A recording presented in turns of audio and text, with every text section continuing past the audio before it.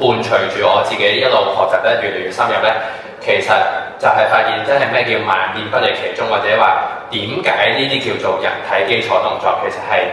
任何運動都係由呢一啲基礎嘅動作去變化或者去 develop 嘅。所以其實去到最終嗰個動作個模型，正正就係由呢一度出發。咁但係其實開頭係唔知道，會有一個咁樣嘅迷思。冇錯，唔好話你唔知道，其實我當初都唔知嘅。久而久之就會去諗，我係咪我要設計一個好拉丁舞獨特嘅訓練動作，就係針對佢某個姿勢底下嘅發力，然後去設計俾佢去做呢？咁我以前係會有啲咁樣嘅諗法，或者有一個咁樣嘅階段啦。咁但係做下呢，咁我哋同佢又熟咗啦，咁啊認識得多咗之後呢，又覺得其實又好似唔係咁樣喎，即係有啲你整體人嗰個動作模式，你整體個人喐得好咗，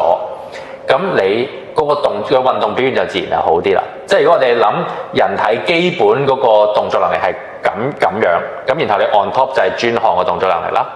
咁我哋希望咧係呢一 part 越多越好，跟住 on top 加呢一度專項嘅運動能力上去。但係咧，以我觀察咧就係、或者你都知啦，或者好多香港嘅運動員咧，都係基礎嗰度咧就可能得咁少，跟住好 focus 喺專項嘅訓練就咁樣加上去。冇錯。咁變咗咧就係你個根基唔穩咧，咁你其他嗰啲咧就會上唔到去。係啊。